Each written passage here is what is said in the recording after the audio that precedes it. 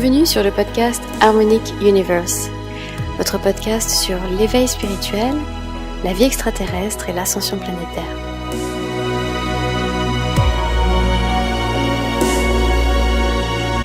Je suis Laura Marie et au programme de ce podcast, Guérison spirituelle.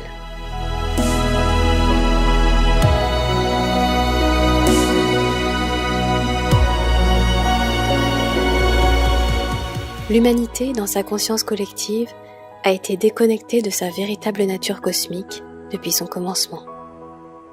Même si certains initiés et membres de sociétés secrètes connaissent cette réalité et détiennent ce savoir universel, la majorité des humains furent et sont encore, pour la plupart, ignorants de leur nature multidimensionnelle, pensant n'exister que dans la dimension physique 3D. N'étant pas conscients des cycles de réincarnation, de la véritable histoire de l'humanité née de la Terre, ainsi que des différentes guerres cosmiques qui ont opéré depuis des centaines de milliers d'années, voire millions d'années, dans le cosmos, et qui sont encore en train d'être opérées.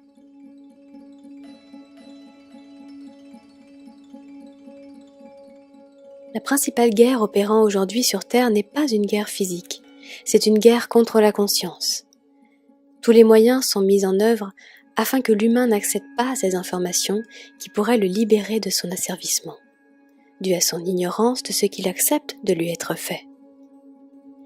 Les lois universelles stipulent que tout être a droit à la liberté de vivre. Et ces droits sont loin encore d'être respectés partout sur la planète et au sein de tous les êtres vivants, humains ou animaux. Si un homme tue un autre homme, alors il sera emprisonné. Pourtant, si un chef d'État ou une armée tue des milliers d'hommes, personne n'ira en prison, ni ceux qui ont ordonné ces meurtres, ni les soldats qui les auront commis. Il est parfaitement légal de faire la guerre, c'est-à-dire de tuer des milliers, voire des millions d'êtres vivants, et de stopper ainsi leur incarnation et de leur faire subir des dégâts terribles sur leur conscience en termes de traumatisme. Comme il est parfaitement légal de massacrer 60 milliards d'animaux terrestres et 1000 milliards d'animaux marins par an. Pourtant, la plupart des humains acceptent la réalité de la guerre, surtout si c'est loin de chez eux, et continuent de voter pour ces mêmes personnes qui effectuent des crimes contre l'humanité, et nous pourrions même dire contre le cosmos tout entier, violant les lois universelles. C'est uniquement lorsque l'humanité collectivement cessera de donner son pouvoir à ses bourreaux qu'elle pourra se libérer de ce dont elle a été victime pendant des milliers d'années. Un asservissement par l'ignorance, la peur, le mensonge, la manipulation et la déception. L'humanité est dirigée par une poignée d'individus œuvrant avec certaines factions extraterrestres qui se battent en permanence pour le contrôle de la Terre et de ses ressources. Les guerres physiques que les humains regardent dans leur télévision ou vivent en réel ne sont que des terrains de jeu pour ces factions, pour acquérir certains lieux géographiques qui détiennent des portails interdimensionnels, comme l'Irak par exemple, et pour créer encore plus de traumatismes au sein de la conscience collective humaine, ainsi fragmentée et profondément abusée, et enfin, pour pouvoir continuer à maintenir ce climat de peur, de destruction et de disharmonie qu'il est important pour eux de maintenir sur Terre, afin de garder les humains dans des vibrations basses de terreur et donc de docilité. Par ailleurs, il est plus aisé de venir se placer en tant que sauveur au sein d'une civilisation traumatisée qu'au sein d'individus souverains. Ce que les humains doivent comprendre, c'est qu'il ne s'agit pas que d'une seule faction extraterrestre qui souhaite le contrôle de la Terre, mais plusieurs, et que ces factions ne sont pas en accord elles-mêmes entre elles. Derrière chaque président, chancelier, roi ou reine, se cachent donc différentes factions, qui utilisent ensuite la Terre et ses êtres vivants comme terrain de règlement de comptes et de prise de pouvoir, n'ayant aucun respect pour la vie, et se nourrissant de vibrations de peur et de terreur. Les humains, encore pour la plupart ignorants ou dans le déni de l'existence des multitudes d'autres civilisations dans leur univers, ainsi que dans les univers voisins, sont en permanence victimes de traumatismes en tout genre, et les accumulent de vie en vie, sans en comprendre les causes. Pour pallier à ces traumatismes, ils compensent avec des mécanismes destructeurs ou substances destructrices qui auront été savamment mises en place en parfaite connaissance de ces mécanismes palliatifs, tels que les drogues, l'alcool, la cigarette, la malnutrition, l'addiction au sexe, à la pornographie, la violence, l'apathie, etc. La plupart des humains déconnectés de leur dimension spirituelle et ayant accumulé traumatisme sur traumatisme, y compris ceux qu'ils récupèrent de leur ascendance génétique à chaque incarnation, sont donc maintenus dans un climat d'impuissance, d'ignorance, de déception et de désillusion, sans en comprendre consciemment les raisons, et surtout, sans savoir qu'ils peuvent changer leur réalité via un travail de reconnexion spirituelle, de développement personnel et de changement de vibration via la conscience et la mise en lumière de ce qu'il se passe en eux, sur Terre et dans le cosmos. La phase d'ascension que l'humanité a l'opportunité aujourd'hui de vivre est une phase où l'humain pourra justement se libérer par la conscience de tous ces traumatismes du passé. Car ce qu'il se passe aujourd'hui dans cette civilisation humaine en termes de destruction et d'asservissement ne se produit pas pour la première fois. Non seulement les humains ont accumulé les traumatismes de toutes leurs précédentes incarnations au sein de cette civilisation, l'humanité telle que nous la connaissons avec son histoire falsifiée et grandement basée sur les religions, mais également beaucoup ont en plus les traumatismes vécus dans leurs précédentes incarnations en Atlantide ou en Lémurie, les deux civilisations ayant existé avant celles qui existent aujourd'hui, et dont certains vestiges ont pourtant déjà été retrouvés. Mais il faudra attendre encore quelques années avant que l'annonce officielle de l'existence de ces continents et civilisations soit divulguée. Il faudra alors réécrire totalement nos livres d'histoire, et il est évident que tout est fait pour repousser ce moment le plus loin possible, car la conscience est la pire menace pour les pouvoirs en place, qui sont en train d'être destitués progressivement maintenant. L'ascension n'est pas un concept ésotérique ou farfelu qui ne pourrait pas être prouvé scientifiquement. La précession des équinoxes est le lent changement de direction de l'axe de rotation de la Terre. À la fin de chaque cycle de précession des équinoxes, environ 26 000 ans, nous devenons alignés au centre de la galaxie. Cela a pour conséquence d'ouvrir les Stargates, portails dimensionnels qui permettent d'accéder aux autres dimensions, et de nous rendre éligibles pour une phase d'ascension. La dernière fois que cela s'est produit, c'était donc il y a approximativement 26 000 ans, à l'époque lémurienne et atlante. Et en raison du gigantesque génocide provoqué par les factions extraterrestres négatives, les mêmes qui sont sur l'humanité aujourd'hui et depuis son commencement, tuant des centaines de milliers d'individus en provoquant de géants cataclysmes, avec l'engloutissement des deux continents lémurien et atlante, nombreux sont ceux qui n'ont pas pu repartir de cette matrice et qui sont restés bloqués pendant un autre cycle de 26 000 ans sur Terre, forcés à se réincarner ici. Nombreux d'entre nous qui sommes réunis autour de ces informations aujourd'hui et qui résonnons avec cette fréquence étions déjà incarnés en Atlantide et en Lémurie. Et nous étions soit bloqués depuis dans cette matrice de temps, soit sommes revenus, comme c'est le cas de beaucoup de starseeds, pour assister dans cette phase d'ascension, afin de cette fois-ci pouvoir permettre à un maximum d'âmes de se libérer et d'ascensionner en dimension supérieure. La dernière fois, nous avons échoué, mais cette fois-ci, nous réussirons. L'ascension est ce processus d'éveil spirituel et d'expansion de sa conscience, où nos corps énergétiques et spirituels se relient à notre corps physique. La plupart des humains vivent sur la base de leur corps physique et mental uniquement, ce qui correspond au chakra inférieur, mais ne sont pas encore reliés à leur corps spirituel, c'est-à-dire à leur chakra supérieur. Ce processus d'ascension nous pousse dans un changement total de perception de la réalité, dans un démantèlement de notre ego et des fausses personnalités construites, ainsi qu'à la reconnexion à notre mission de vie, via la reconnexion à notre âme. Ce processus d'ascension nous demande également de développer notre maturité spirituelle, en comprenant notre responsabilité énergétique en chaque instant, les lois universelles de cause à effet, notre lien avec tous les autres êtres vivants, humains, animaux, végétaux et minéraux, ainsi que de développer notre discernement vibratoire afin d'être en mesure d'identifier les différentes énergies et forces peuplant notre univers, pour sortir des schémas de consommation d'énergie, tels que le vampirisme énergétique, le parasitage et les programmes victimes-bourreaux, et apprendre à produire sa propre énergie en se reconnectant à sa nature divine et à sa réelle nature cosmique.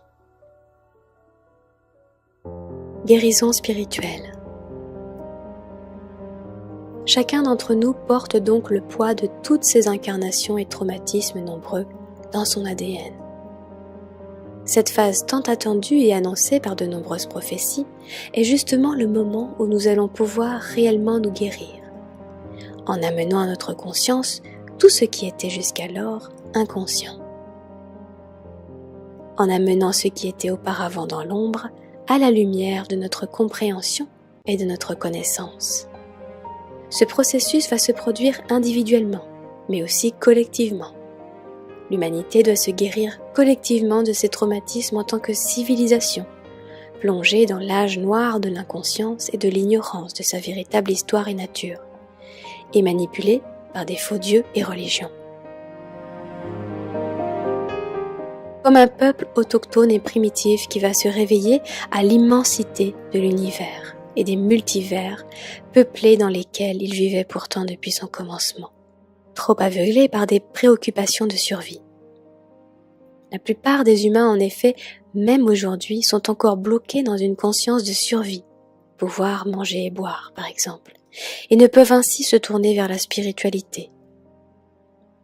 C'est de cette manière que les élites ont privé ou ralenti les humains dans leur évolution naturelle, en les faisant se focaliser sur la survie et les besoins de base pour les empêcher d'accéder aux besoins de l'âme. Nombreux d'entre nous sont actuellement en train de vivre leur réveil spirituel, leur nuit noire de l'âme, leur phase de déprogrammation matricielle, de libération spirituelle et de développement de leur maturité spirituelle. Ces processus ne se font pas en un jour, et il est impératif que nous apprenions à cultiver la bienveillance envers nous-mêmes et envers les autres, dans cette phase importante, intense et souvent douloureuse, où tous nos précédents repères s'effondrent. Il faut réapprendre à vivre sur la base de l'authenticité, du cœur et des plus hautes valeurs divines, de respect envers soi-même et des autres. Et c'est un processus qui demande du temps et de la discipline. Encore une fois, la maturité spirituelle ne s'acquiert pas en étant conscient que quelques heures par jour ou par semaine.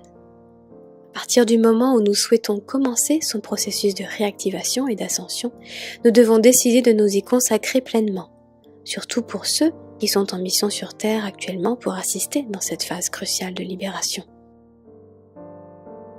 Les Indigo Starseed, eux, ne peuvent pas considérer la spiritualité comme une option, au risque de rester bloqués ici. La maison des Indigo Starseed n'étant pas la Terre, et certains provenant même d'autres univers.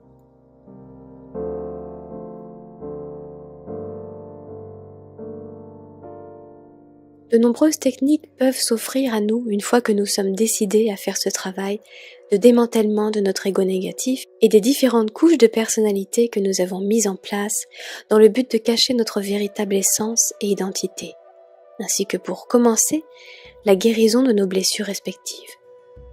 Les principales blessures les plus couramment identifiées chez les humains sont le rejet, l'abandon, l'humiliation, la trahison et l'injustice. Cependant, ces blessures ne proviennent pas toujours de l'enfance, comme il est souvent stipulé dans les communautés spirituelles.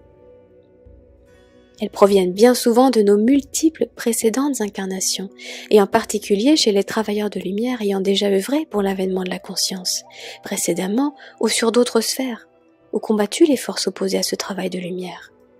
Et ces blessures sont encore plus prononcées pour eux. En effet, nombreux d'entre nous ayant ces missions aujourd'hui ont été persécutés durant de nombreuses incarnations. Nous avons connu des tortures et mises à mort très cruelles, et ces mémoires sont inscrites dans nos cellules, raison pour laquelle, instinctivement, nous pouvons émettre certaines résistances à exprimer notre réelle essence, et à dire ce que nous savons aujourd'hui, ainsi que prendre notre poste. Ce mécanisme inconscient de protection que nous avons développé depuis notre plus jeune âge nous a certes permis de nous mettre à l'abri de certaines attaques et de certains dangers, mais aujourd'hui il nous est demandé de mettre à la lumière de notre conscience ces mécanismes et de voir dans quel domaine et à quel moment nous pourrions progressivement être de plus en plus notre véritable fréquence.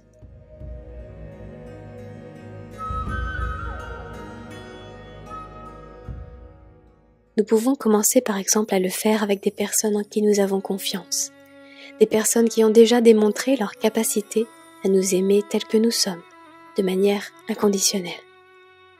Nous pourrons ainsi expérimenter ce que cela fait que d'exprimer sa vérité intérieure, que d'être authentique et d'être aimé quand même. Nous pouvons aussi commencer à le faire même avec des personnes qui ne nous aiment pas inconditionnellement, pour ouvrir les yeux sur la réalité de notre entourage et voir ceux qui nous aiment pour ce que nous sommes réellement ou pour ce qu'ils ont projeté comme image de nous. Nous pouvons également écrire ce qu'il y a à l'intérieur de nous dans un journal, puis le partager sur un blog ou sur un forum. Peut-être au départ via un pseudonyme si nous n'avons pas encore le courage de nous exprimer avec notre véritable identité, puis progressivement d'avoir le courage de le faire en tant que soi-même, et de ne plus avoir de scission entre notre être intérieur et celui ou celle que nous projetons extérieurement. Cet exercice est difficile, et c'est seulement lorsque nous serons intérieurement et publiquement les mêmes que nous aurons atteint l'alignement avec notre âme. Être aligné en permanence est difficile. Il n'est pas question de rechercher la perfection, mais l'important est de l'être un maximum, ce que la plupart des humains n'ont pas encore atteint.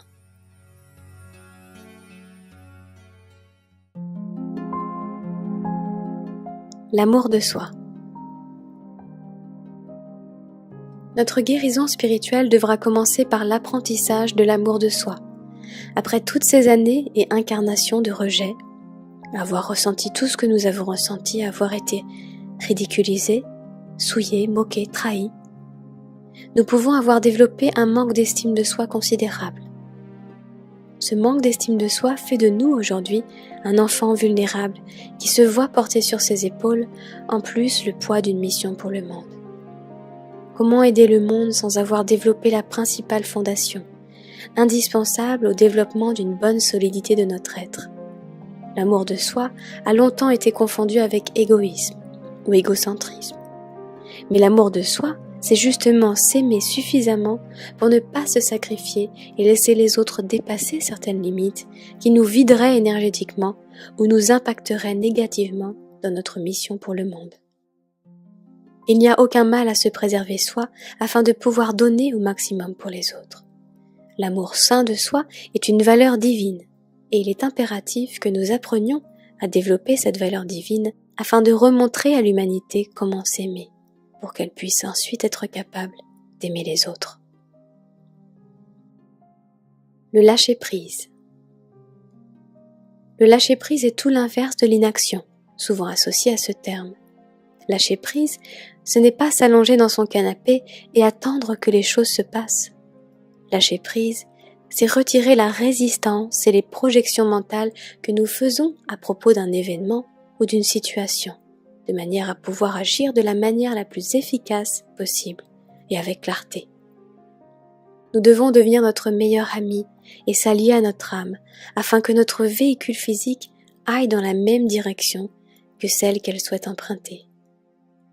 Nous ne devons plus laisser notre mental égo et nos blessures diriger notre vie et ainsi donc notre destin et par conséquent le destin de l'humanité. Nous construisons notre futur en chaque instant et en chaque moment présent, utilisé en conscience. Le moment présent. La compréhension de la nécessité d'apprendre à revivre dans le moment présent, car nous le faisions lorsque nous étions enfants, est plus que primordiale dans cette phase où les probabilités futures changent en permanence et où l'instabilité extérieure est faite pour nous faire perdre totalement notre stabilité intérieure. Tous ceux qui essaieront de planifier quoi que ce soit dans le futur, de contrôler les résultats des événements de leur vie, d'opérer à partir du mental et de leur peur, se verront vivre des crises et des périodes de souffrance intenses où ils devront comprendre que cela n'est plus possible aujourd'hui. Par exemple au travers de maladies, de la perte d'un travail ou d'un conjoint. Celui qui attend aujourd'hui la sécurité, l'assurance et la tranquillité et qui cherche à tout contrôler sera dans la résistance et le stress permanent, car cette phase de bataille finale des différents agendas joués sur Terre sera des plus intenses et importantes, et les secousses de cette bataille seront ressenties de manière individuelle et collective.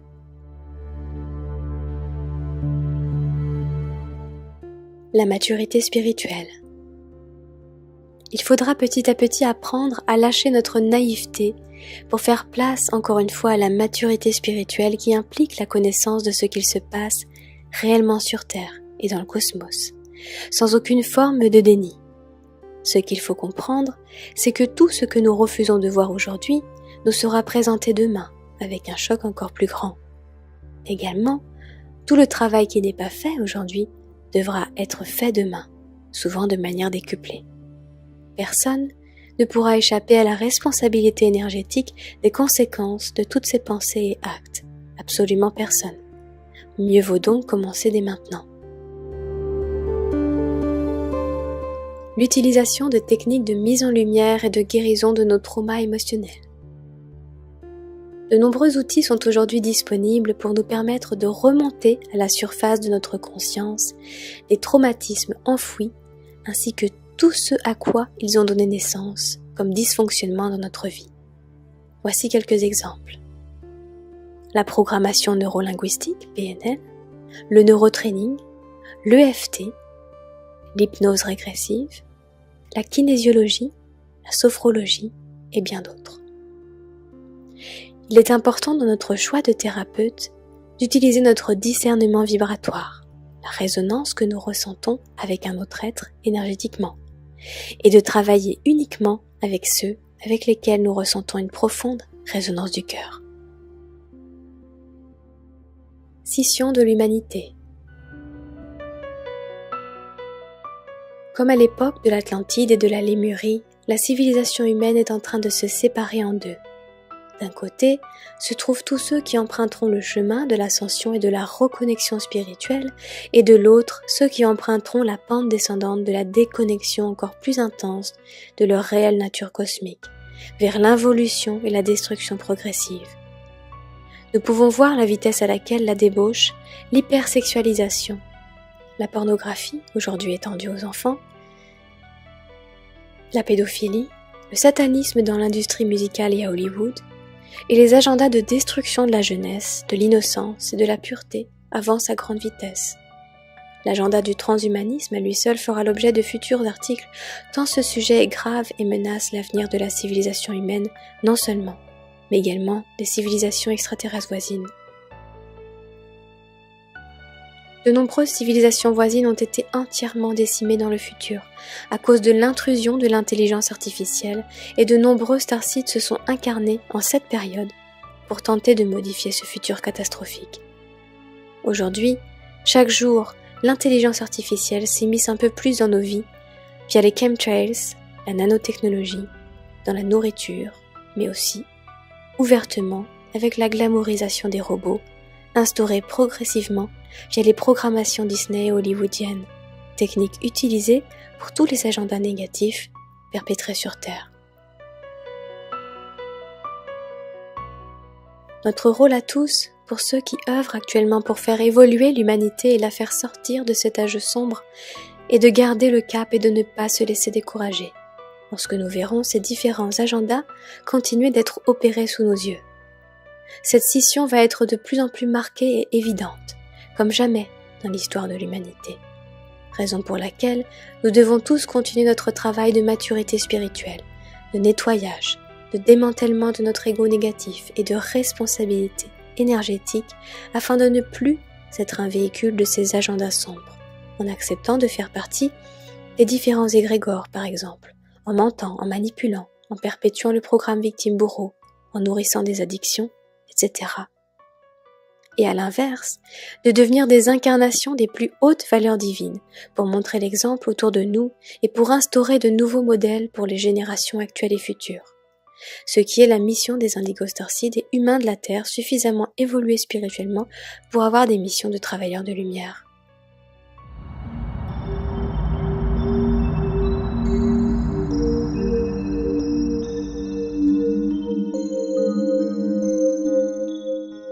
Depuis fin 2012, ce sont les races extraterrestres positives qui ont repris la gérance de la Terre.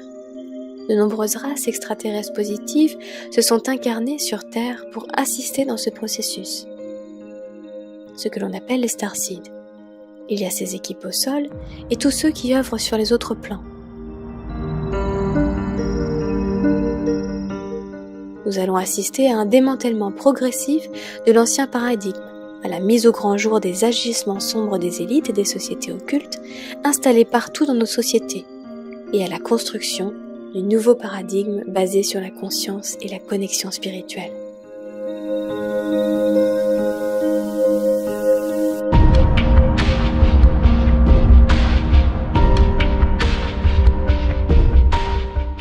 Lorsque le plan divin sonne la fin d'un cycle, c'est tout l'univers qui y répond, et même les univers voisins, lorsque cela n'est pas suffisant.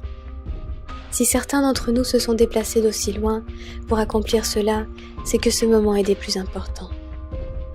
Et mettons maintenant tous l'intention de nous souvenir, et mettons l'intention d'incarner notre plein potentiel ici et maintenant.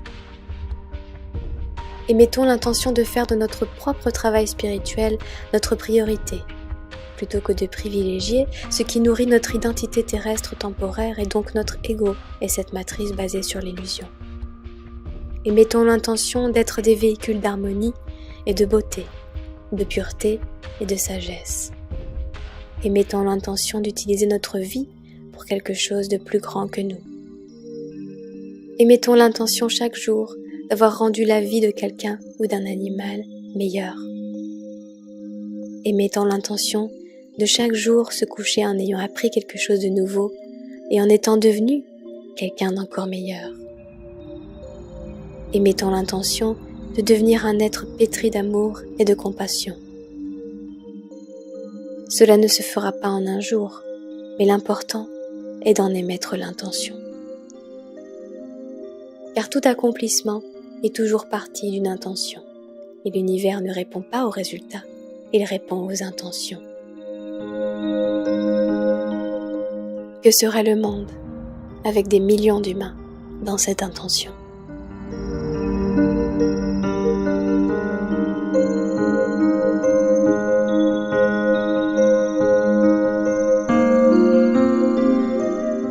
Je vous remercie pour votre écoute et vous remercie pour votre implication dans ce processus d'ascension.